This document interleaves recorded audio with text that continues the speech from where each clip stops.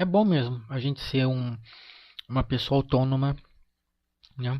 Que vai atrás das coisas, que analisa tudo, critica tudo. É por aí mesmo.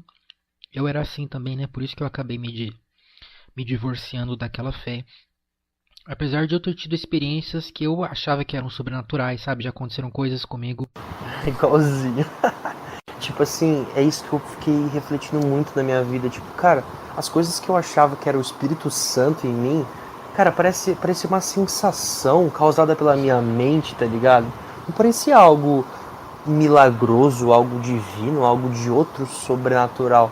Aí as pessoas sempre me falavam, ah, mas você não sentiu de verdade, não sei o que.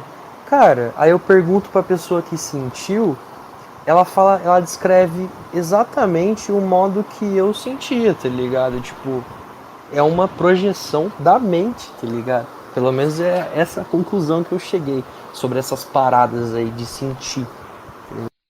Nossa, cara, você tá dizendo exatamente as coisas que eu ensino. É exatamente isso, cara. Eu passei por isso também. Eu era pentecostal, fui neopentecostal, depois eu virei tradicional. E quando eu virei tradicional, eu já larguei muitas coisas para trás. Não sei se você conhece o evangelicalismo tradicional, que não acredita nas manifestações do Espírito Santo do modo como é pregado pelos pentecostais. Então eles são chamados de frios, né, de pessoas que não têm fogo, que não são avivadas. E aí já foi assim, meio que a porta de entrada para eu largar, ou melhor, foi meio que a porta de saída já, né, para eu largar a fé, porque uma vez que a minha fé estava fundamentada, sem eu perceber nessas experiências que me conectavam supostamente com o divino, a partir do momento que eu descobri que essas experiências não correspondiam ao que a minha base de fé me ensinava, que era a Bíblia, né? Eu percebi que aquilo ali era coisa psicológica. Nossa, já foi assim um apontamento, cara. Ele levou pouco mais de um ano para eu largar tudo mesmo. Então, mano, é um estalo, né? A minha transição foi exatamente a mesma. Tipo, depois que eu percebi isso, foi aos poucos que a fé foi se quebrando. Não é tipo de um dia pro outro, né, mano? É uma parada que ela contínua, né? Até você quebrar finalmente.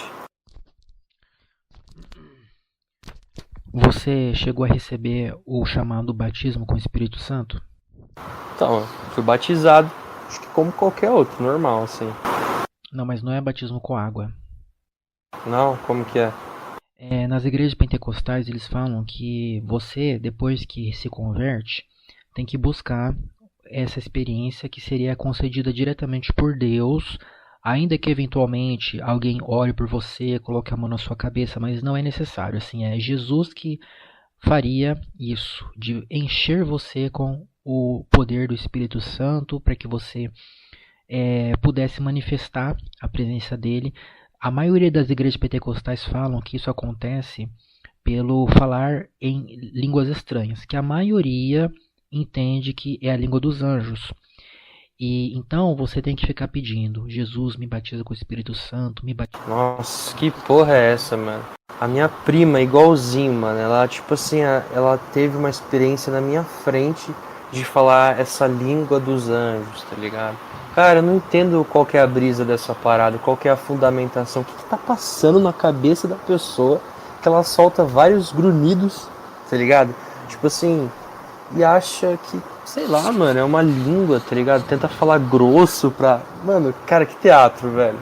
De verdade. Não, mas não é teatro não, cara. Ó, olha só como é que foi comigo, tá? Eu tinha 14 aninhos e eu buscava isso ardentemente, porque eu fui ensinado, né, que a gente tinha que receber o batismo com o Espírito Santo para poder ser um cristão completo, para você poder resistir mais ao pecado, você ser uma pessoa fervorosa na pregação, você conseguir expulsar demônio. Enfim, para você ser realmente uma pessoa que vai fazer a obra de Jesus na terra, você tinha que receber o enchimento com o Espírito Santo. E aí eu ficava buscando, eu ia em cultos específicos para isso, eu ficava pedindo em casa, eu orava em casa, todos os momentos que eu podia, eu pedia. E eu chegava a sentir algumas coisas muito sutis, mas nada assim perto daquilo que você falava, daquele transbordamento, né? Então, lá no culto, tinha um líder que ele era seminarista e ele estava assim, praticamente já sendo pastor ali, né? Aí ele liderava aquele culto de oração e ele falava: peça para Jesus Jesus me batiza com o Espírito Santo, né? Imagine Jesus agora andando no meio de vocês e colocando a mão na sua cabeça, né? E sem eu saber, aquilo era uma hipnose, né? E eu estava sendo hipnotizado, só que eu ainda não tinha uma abertura suficiente para receber aquelas experiências que eles falavam que eram, né, o sobrenatural de Deus. Aí, eu lembro, foram 3 meses de busca, né? Eu cheguei seriamente, eu cheguei a pensar seriamente em parar, porque eu pensei, olha, eu já estou salvo mesmo, e para que eu vou ficar buscando isso? Porque já faz 3 meses, eles que ficam falando em línguas lá. Aí, cara, era sexta-feira, dia do culto, né, de oração. Aí eu pensei, eu vou lá no culto de novo, vamos lá. Aí eu estava com as mãos nos ombros das pessoas que estavam do meu lado. E igreja pentecostal é aquela barulheira, cada um orando em voz alta por si mesmo, né? E aí eu lembro que o dirigente, ele falou: chame por Jesus agora e fale Jesus, Jesus, Jesus, né? Aí eu imaginei Jesus sentado no trono, rodeado de glória, rodeado pelos anjos, e nem lembrei mais nada do Espírito Santo. Pensei somente em Jesus e fiquei invocando Jesus, Jesus, Jesus, Jesus, Jesus, Jesus, Jesus, Jesus, Jesus, Jesus, Jesus. Cara, imagina um vômito que sai incontrolável, mas era um vômito de sílabas. Eu não consigo nem imitar como foi aquilo. Eu comecei a falar de uma forma que a minha boca ficou descontrolada e eu tremia como se tivesse uma corrente elétrica passando no meu corpo. Eu abri os olhos, eu tentei falar palavras em português, eu não conseguia falar nada em português. Eu pensei, estou sendo batizado com o Espírito Santo, tenho que guardar esse momento na minha memória. E eu não conseguia parar com aquilo. Eu pensei, será que vai acabar o culto e eu vou continuar falando em línguas, igual eu ouço falar de certas pessoas que passam por isso? Eu não vou conseguir me controlar. Como é que vai ser isso? Aí o líder do grupo, ele pegou o microfone para encerrar o culto, né, e falou amém. No que ele falou isso, eu parei de tremer, parei de falar em línguas, consegui falar normalmente em português. E aí eu procurei ele depois, falei, fui batizado com o Espírito Santo. Aí ele me abraçou, a gente comemorou, né? Eu era discípulo dele, inclusive. E depois disso, eu passei a falar em línguas quando eu orava em casa ou na igreja, só que era daquela forma mais concatenada. Ore canta labachurianda lamastre, canta lamasurianda. Tipo isso, E era espontâneo. Se eu quisesse imitar, eu conseguia, só que eu não pensava em falar, eu simplesmente falava no meio da oração. E depois disso, eu passei por uma outra experiência na qual eu voltei a falar aquele jorro incontrolável. Eu era do grupo de obreiros da igreja. Aquele mesmo dirigente que era seminarista, ele era exorcista e ele nos ensinava, né, os paranauês. E a gente, como obreiros, fazia orações por pessoas que estavam supostamente possessas. A gente atendia pessoas que se sentiam oprimidas ou possessas. E a gente estava participando de uma vigília exclusiva de obreiros. A vigília, não sei se você sabe, né, é um culto que ocorre após a meia-noite. E ele é fechado só para crentes, né, porque ali eles oram de uma forma bem assim fervorosa e normalmente eles têm manifestações físicas que incomodam, né, pessoas. Então, alguns costumam fazer isso em locais mais isolados. Tô ligado, isso aí. E essa vigília estava acontecendo no campo de futebol que ficava ao lado do templo. Na verdade, era um terreno bem grande. Dentro do terreno tinha o templo e tinha o campo de futebol. E ali a gente podia fazer o que fosse de gritar, né, que não ia incomodar ninguém. Aí a gente estava naquele campo de futebol de mãos dadas, né, todo mundo com o uniforme dos obreiros, que era branco, e todo mundo orando, né, daquele jeito, pedindo o poder de Deus, né? Aí alguns líderes estavam andando em círculos dentro desse grupo, e um deles era um senhor. Olha, para você ter noção, cara, a gente já está na sexta-feira. Ontem foi quinta. Eu estava pensando seriamente, eu tenho que procurar essa pessoa para fazer de conta que eu quero fazer uma entrevista como se eu fosse um curioso sobre religiões, igual aquele ateu fez, porque eu quero ouvir da boca dele essa história. E outro que estava ali também, os dois viraram pastor. Eu vejo eles no YouTube, eles estão lá até hoje, cresceram, estão com a vida feita lá dentro. Eu quero conversar com essas pessoas porque eu quero ouvir da boca de outra pessoa essa história que eu passei. Esse senhor, ele passou na minha frente e eu senti uma coisa nele que eu não sabia explicar assim muito bem, mas eu pensei, nossa, deve ser o poder de Deus. Esse irmão é ungido. Eu fechei os olhos. Eu ouvi uma voz como se fosse um alto-falante, só que não era uma voz que atingiu os ouvidos, era uma voz que veio diretamente na minha cabeça. Não era nem de homem nem de mulher. Perguntou: você quer que eu te faça cair? E eu pensei: quero. Como eu estava de mãos dadas, eu senti as pessoas do meu lado dando um passo para trás e a pessoa do lado direito fez assim, como se ela tivesse tomado um susto, e a grama encostando na minha bochecha. Eu abri os olhos, eu estava deitado na grama. Eu pensei: eu caí no Espírito Santo. Eu fiquei assim chocado, porque eu queria muito que aquilo acontecesse, só que naquela igreja essas coisas não aconteciam, mas eu queria passar por aquilo que eu ouvia falar e já tinha visto em outros lugares. E, cara, eu comecei a estremecer dos pés à cabeça, como se tivesse o fio desencapado de 1000 volts debaixo de mim. Eu comecei a me debater e uma pessoa veio e tirou os meus óculos e eu comecei a ter... aí veio o jogo de sílabas, né? Eu comecei a falar de novo daquela forma descontrolada. A grama não era muito espessa, então a terra entrava na minha boca e eu ficava cuspindo e falando em línguas, sabe? Eu ficava alternando. Eu cuspia e falava, eu cuspia e falava. Aí de repente veio um acesso de riso. Mas não é aquela risada que vem da barriga, aquela risada gostosa. É uma risada que vem da garganta, como se eu estivesse sendo forçado a rir, sem estar de fato alegre, sem saber por que eu estava rindo. Eu comecei a dar risada e aí eu comecei a ouvir outras pessoas rindo na altura ali do chão. Eu vi que tinha mais gente também que estava deitada no chão e que estava dando risada.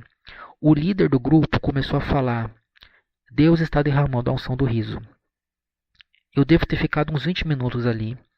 Não tenho noção exatamente do tempo, por isso que eu queria falar com as pessoas que viram, porque eu fui me levantar e eu vi que tinham mais pessoas realmente deitadas. Aí os obreiros foram se ajudando, né, as pessoas a se levantar. Tinha gente que não queria se levantar porque estava se sentindo muito bem ali. E eu estava todo marrom, parecendo um tatu. Eu cheguei em casa de madrugada, meu pai acordou, veio me ver. O que aconteceu? Eu falei: eu caí. Mas caiu como? Eu estava orando e eu caí. Mas você não se machucou? Não, eu caí no espírito. Que é isso? Não, pai, é coisa de Deus, né? E a partir dali, nós continuamos fazendo essa vigília que era mensal, né?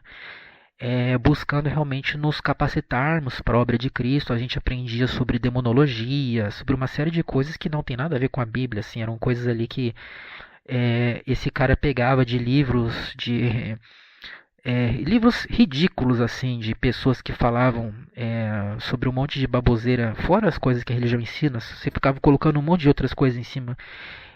Mas enfim, a gente fazia essa vigília mensal. E nessas vigílias as manifestações aconteciam muito. Tinha gente ali que falava que tinha visões, que recebeu a visão do diabo, que estava muito bravo com a gente. E essa pessoa chorava, igual criança, dizendo que viu Satanás muito bravo, que ele estava com um plano contra nós, porque nós estávamos atrapalhando os planos dele, porque a gente era exorcista, sabe? Tinha uma senhorinha ali, senhorinha não, ela já era uma de minha idade. Durante as vigílias ela dizia que ela tinha visões, ela ficava como se fosse desmaiada ali. Mas coisas assim bem genéricas, nada específico, nem lembro qual visão ela tinha especificamente, mas ela dizia que via coisas.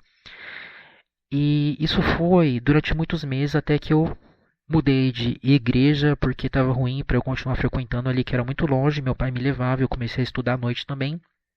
Aí eu passei por várias outras, de linha pentecostal, né, até terminar na tradicional, depois que eu acabei passando por um processo de questionamentos sobre essas experiências, eu acabei estudando e vi falhas na doutrina pentecostal, eu vi que realmente a Bíblia não corrobora esse tipo de fenômeno, e acabei acreditando que aquilo tudo era coisa da minha cabeça, exatamente, que era uma coisa psicológica, e daí que eu não soubesse definir muito bem, não soubesse explicar.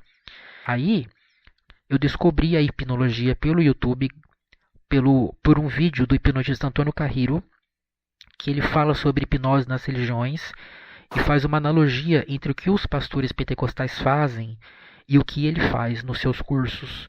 E ele mostra isso, que o ser humano é sugestionável, ele pode ser induzido a ver coisas, ouvir coisas, sentir coisas, e ele pode se hipnotizar também, ainda mais em ambientes religiosos que têm um apelo muito forte para o lado do sentimento, da emoção.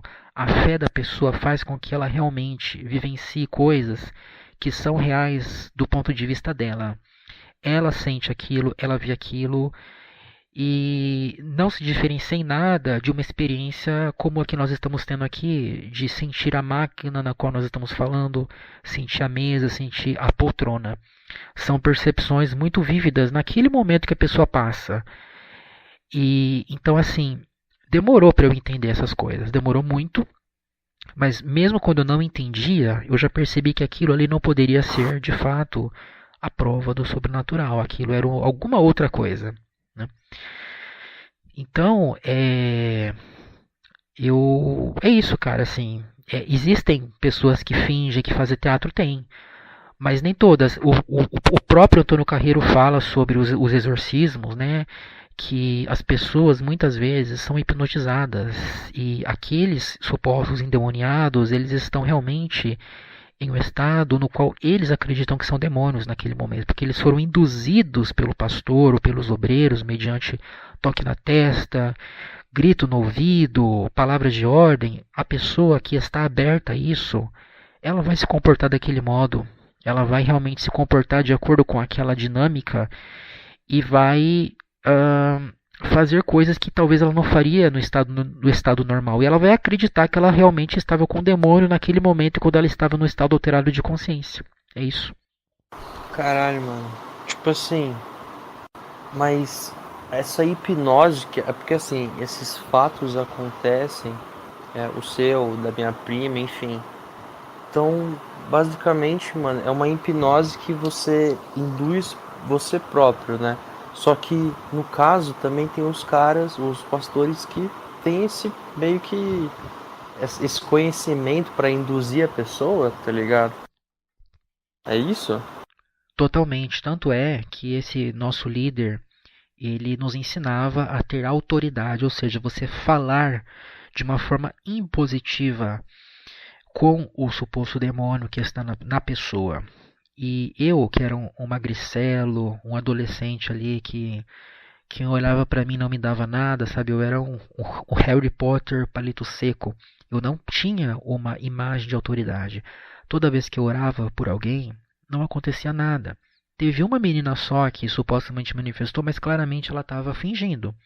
Agora, esse líder do grupo era totalmente diferente. Ele foi cambono do candomblé, ele foi obreiro da Universal, enfim, ele tinha uma vivência que o ensinou a fazer esses fenômenos e quando ele orava pelas pessoas era tiro e queda. A pessoa manifestava Exu Mirim, Pombagira, Iemanjá, Preto Velho, etc. Para você ver, né, como que as coisas eram. Eles davam os nomes para os supostos demônios, que eram os nomes das entidades do Candomblé e da Umbanda. E eu ia nas casas das pessoas com ele, fazia as visitas, era um barato ver isso. Quando ele começava a orar com a mão na cabeça da pessoa, aí vinha ali, né, o suposto demônio, aí era todo aquele show para expulsar o demônio, tinha que dar um monte de ordem, o demônio faça isso, faça aquilo, e que não sei o que. Vem o chefe aqui, deixa eu falar com o chefe aí da legião, sabe? Aí o chefe vinha, sabe? Era realmente, de certo modo, um teatro, só que era uma coisa involuntária e todos ali acreditavam que aquilo realmente estava acontecendo. E esse negócio de autoridade é ensinado nos cursos de hipnose. Eles falam que é a roupa do mago. Você agir realmente ter uma postura que faça que a pessoa acredite que vai rolar alguma coisa diferente. Isso é falado, né? E, enfim, tudo o que se fazia ali é o que se faz nos cursos da hipnose. Inclusive, esse líder, ele nem acreditava nesse negócio de cair no espírito. Ele achava que realmente era fake. Até o dia que ele viu as pessoas ali lideradas por ele começando a cair espontaneamente. Depois, durante as vigílias, sempre as pessoas caíam, né? E aí você pensa, pô, é o Criador do Universo Todo-Poderoso, né, visita as pessoas que o buscam sinceramente. Para isso, fez isso com elas ali, fez as pessoas literalmente colocarem a cara no chão. E inclusive eu esqueci de falar, o meu ombro direito ficou roxo de tanto me debater no chão, né? Nada sério assim, eu até achei legal ali um detalhe. Você pensa, olha, Deus, ele vai agir desse modo com as pessoas. E todo mundo levantou, continuou usando óculos, cara, sabe? É uma coisa tão ridícula que a gente se sente idiota, né, de pensar nisso. Pô, como que eu não fiz a ligação de uma coisa com a outra? Cadê o sobrenatural? O Espírito Santo estava ali, Jesus estava ali. Porra, E mano. cadê o milagre, né? Eu sabia que tava faltando uma peça pra isso, tá ligado? E tipo assim, mano, a hipnose faz um sentido do caralho, mano. Nossa, faz muito sentido, velho. A pessoa ela entrar em transe ou alguém induzir ela, tá ligado, pra aquilo. Porque, cara, são fenômenos que eu, tipo, tem como, mano. Tipo assim, na visão de uma pessoa que tá de fora, você vai achar que é algo sobrenatural, tá ligado? Se a pessoa não tem conhecimento, tá ligado? Só que, tipo, você tem um certo conhecimento, você vai tender a uma explicação pra aquilo, né?